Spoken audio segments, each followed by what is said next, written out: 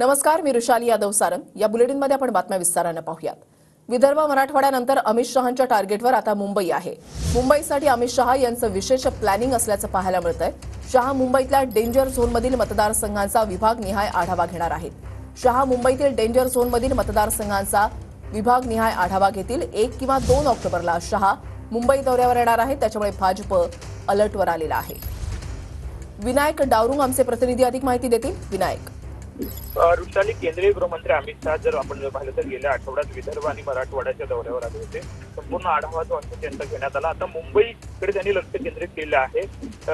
1 आणि 2 तारखेला ते मुंबईत येतील अशी माहिती जी आहे ती मिळते आणि त्यावेळी मुंबईतल्या ज्या अडचणीच्या जागा आहेत त्याचा आढावा जो आहे तो अमित शहा घेणार आहेत। आणि त्याआधी आता मुंबई भाजप जे आहे ते अलर्ट झालेले आहे। पुढील 3 दिवस मतदारसंघ पिंजून काढण्याचे आदेश जे आहे ते पदाधिकाऱ्यांना दिलेले आहेत आणि त्याचा अहवाल जो आहे, त्याचा रिपोर्ट जो आहे तो अमित शहा यांना सादर करायचा आहे। ज्यांची कामगिरी समाधानकारक नसेल अशा आमदारांचं आता टेन्शन वाढलं असं म्हणावं लागेल।